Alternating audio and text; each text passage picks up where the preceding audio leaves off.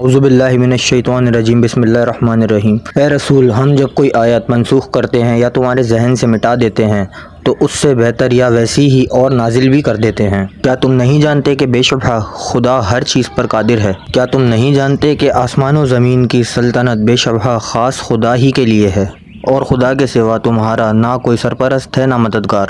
مسلمانوں، کیا تم چاہتے ہو کہ تم بھی اپنے رسول سے ویسے ہی بے ڈنگے سوالات کرو جس طرح سابق زمانے میں موسیٰ سے بے تکے سوالات کیے گئے تھے؟ اور جس شخص نے ایمان کے بدلے کفر اختیار کیا وہ تو یقینی سیدھے راستے سے بھٹک گیا۔ مسلمانوں، اہل کتاب میں سے اکثر لوگ اپنے دلی حسد کی وجہ سے یہ خواہش رکھتے ہیں کہ تم کو ایمان لانے کے بعد پھر کافر بنا دیں، اور لطف تو یہ ہے کہ ان پر حق ظاہر ہو چکا ہے، اس کے بعد بھی یہ تمنا باقی ہے۔ بس تم معاف کرو اور درگزر کرو یہاں تک کہ خدا اپنا کوئی اور حکم بھیجے۔ بے شک خدا ہر چیز پر قادر ہے، اور نماز پڑھتے رہو اور زکوٰۃ دیتے جاؤ، اور جو کچھ بھلائی اپنے لیے خدا کے یہاں پہلے سے بھیج دو گے اس کے ثواب کو موجود پاؤ گے۔ جو کچھ تم کرتے ہو اسے خدا ضرور دیکھ رہا ہے۔ اور یہود کہتے ہیں کہ یہود کے سوا، اور نصارہ کہتے ہیں کہ نصارہ کے سوا کوئی بحشت میں جانے ہی نہ پائے گا۔ یہ ان کے خیالی پلاؤ ہیں۔ اے رسول، تم ان سے کہو کہ بھلا اگر تم سچے ہو کہ ہم ہی بحشت میں جائیں گے تو اپنی دلیل پیش کرو۔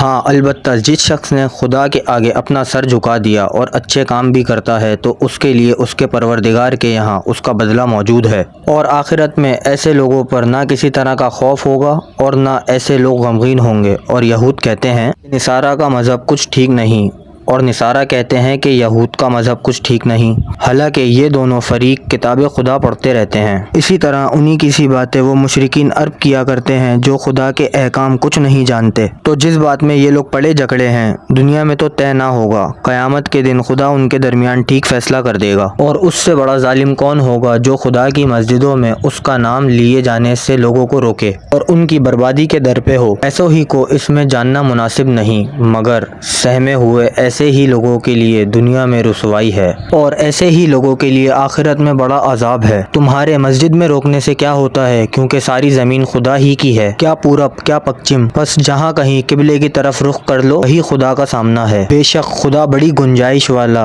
اور خوب واقف ہے۔ اور یہود کہنے لگے کہ خدا اولاد رکھتا ہے، حالانکہ وہ اس بکھیڑے سے پاک ہے، بلکہ جو کچھ زمین و آسمان میں ہے سب اسی کا ہے، اور سب اسی کے فرما بردار ہیں۔ وہی آسمان و زمین کا موجد ہے، اور جب کسی کام کا کرنا ٹھان لیتا ہے تو اس کی نسبت صرف کہہ دیتا ہے کہ ہو جا، بس وہ خود بخود ہو جاتا ہے۔ اور جو مشرکین کچھ نہیں جانتے کہتے ہیں کہ خدا ہم سے خود کلام کیوں نہیں کرتا، یا ہمارے پاس خود کوئی نشانی کیوں نہیں آتی۔ اسی طرح انہی کی سی باتیں وہ لوگ کر چکے ہیں جو ان سے پہلے تھے۔ ان سب کے دل آپس میں ملتے جلتے ہیں۔ جو لوگ یقین رکھتے ہیں ان کو تو اپنی نشانیاں صاف طور پر دکھا چکے۔ اے رسول، ہم نے تم کو دین حق کے ساتھ بہشت کی خوشخبری دینے والا اور عذاب سے ڈرانے والا بنا کر بھیجا ہے، اور دوزخیوں کے بارے میں تم سے کچھ نہ پوچھا جائے گا۔ اور اے رسول، نہ تو یہودی کبھی تم سے رضامند ہوں گے اور نہ نصارہ، یہاں تک کہ تم ان کے مذہب کی پیروی کرو۔ اے رسول، ان سے کہہ دو کہ بس خدا ہی کی ہدایت تو ہدایت ہے، باقی ڈھکوسلا ہے، اور اگر تم اس کے بعد بھی کہ تمہارے پاس علم قرآن آ چکا ہے ان کی خواہشوں پر چلے تو یاد رہے کہ پھر تم کو خدا کے عذاب سے بچانے والا نہ کوئی سرپرست ہوگا نہ مددگار۔ جن لوگوں کو ہم نے کتاب قرآن دی ہے وہ لوگ اسے اس طرح پڑھتے ہیں جو اس کے پڑھنے کا حق ہے، یہی لوگ اس پر ایمان لاتے ہیں، اور جو اس سے انکار کرتے ہیں وہی لوگ گھاٹے میں ہیں۔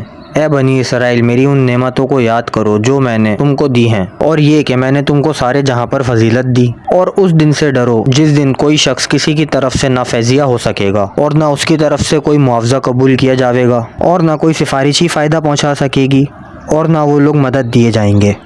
ویڈیو پسند آئی ہو تو چینل کو سبسکرائب کریں، بیل آئیکن دبائیں تاکہ ہر نیو ویڈیو کا نوٹیفیکیشن آپ کو مل سکے۔ ویڈیو کو لائک، کمنٹ اور شیئر ضرور کریں۔ شکریہ۔